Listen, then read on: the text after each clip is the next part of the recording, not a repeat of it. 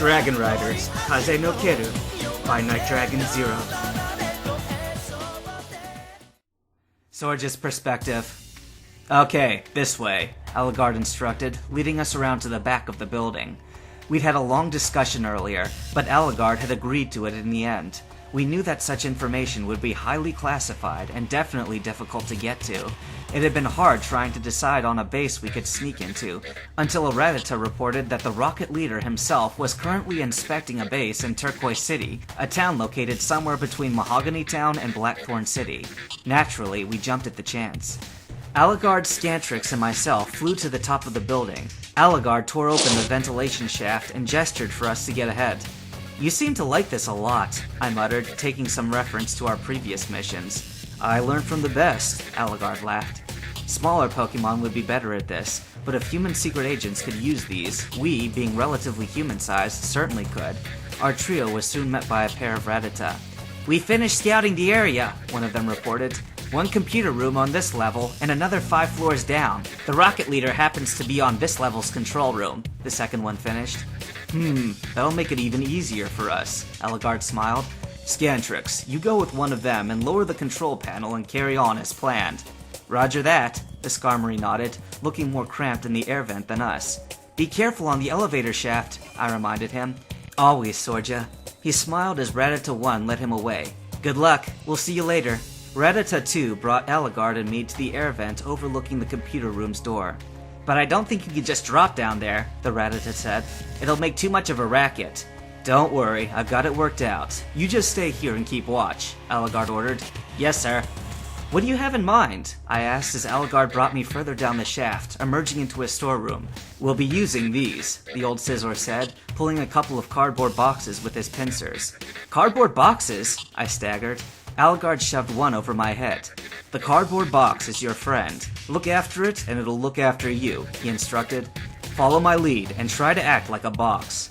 Crouching down so that the boxes completely covered us, we slowly inched our way towards the door, moving only when there was no one else walking along the corridor. My heart was pumping rapidly as I listened not only for Ellegaard, but any footsteps as well. Soon, I found myself next to the door, curled up under the cardboard box and waiting in anticipation. Pressing the box to the wall, I leaned my ear against it and eavesdropped on a conversation between Giovanni and one of his subordinates. It was a report on how well the activities of the base were running, but nothing of any real importance. Finally, the comlink in the room beeped. "Mr. Giovanni, sir, I'm sorry to interrupt, but you've got to come see this," a familiar voice said on the other end. "What is it?" the rocket boss growled. "It's real important. Better you see it for yourself, sir." "Very well, then." There was a metallic hiss as the doors opened and Giovanni and his subordinate walked out, and behind their backs, 2 cardboard boxes rushed into the empty computer room before the doors closed.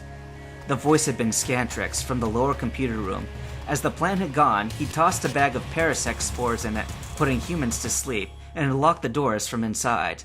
One of the Rattatas had also bitten through some of the elevator wires, ensuring that the nearest lift would be out of order. "We have to make this quick," Ellegaard said, tossing off his box.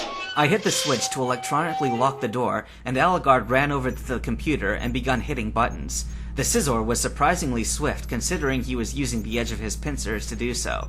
"Here it is." He pointed towards the screen and called up a document. "The file about Mewtwo." It explained about the project to create an ultimate Pokemon from fossilized DNA of the legendary Mew. The result was the Pokemon named Mewtwo, which had eventually escaped, destroying a rocket base during the process, disappearing after that. Its whereabouts were still unknown, but the date stated it was before Ash's Pokemon League. "Is there another file?" I asked. "Any follow-up projects?" "Hold on," Ellegaard typed furiously.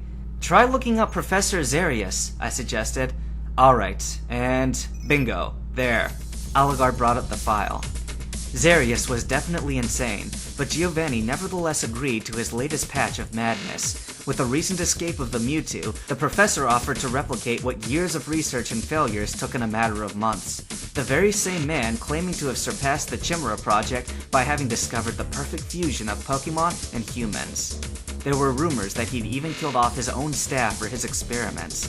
It came as a great surprise to us when he actually delivered to us a new Mewtwo, fully functional and in perfect physical health. Mentally was another story.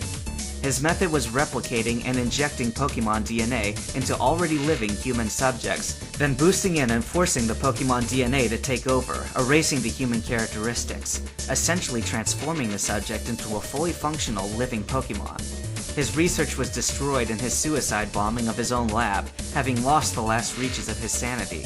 However, it's of no concern to us that... I stopped reading, slamming my claws down on the table. "This is insane!" I shouted out loud.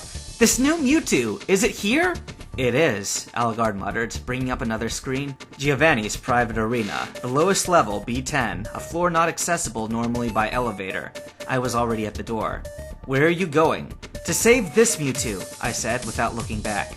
I stuck my blades into the gap and pried open the doors of the nearest elevator and flew down. Luckily, the others had jammed the elevator on a higher level, giving me a clear path down. In my impatience, I blew open the doors with a hyper beam and landed at the lowest level. It would have most likely triggered an alarm, but Algard had apparently managed to shut the system off. There was only a single corridor leading to the large door at the end. I forced my way in to see the creature of my nightmares before me. Mewtwo, clad in a set of metal armor, seemingly bound to the machine. Not the original Mewtwo, but one made in the same way as Scantrix, a freak of both science and nature, like me. It didn't stir a bit as I walked up to it. I raised a claw and sliced the helmet off. The Mewtwo's eyes were closed, but it soon blinked and stared right up at me. You're the one from before," she said. Even the telepathic voice carried a female tone.